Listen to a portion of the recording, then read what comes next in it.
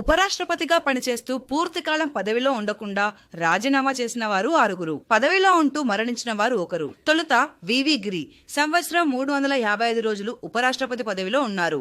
అప్పటి రాష్ట్రపతి జాకిర్ హుస్సేన్ మరణంతో అధ్యక్షుడిగా ఎన్నికయ్యారు. రామస్వామి వెంకట్రామన్ 2 ఏళ్ల 327 రోజుల తర్వాత ఉపాధ్యక్ష పదవికి రాజీనామా చేశారు. శంకర్ దయాళ్ శర్మ 4 ఏళ్ల 325 రోజులు పనిచేశారు. రాష్ట్రపతిగా ఎన్నికవడంతో ఉపరాష్ట్రపతి పదవికి రాజీనామా చేశారు. కెఆర్ నారాయణన్ 4 సంవత్సరాల 337 రోజులు పదవిలో ఉన్నారు.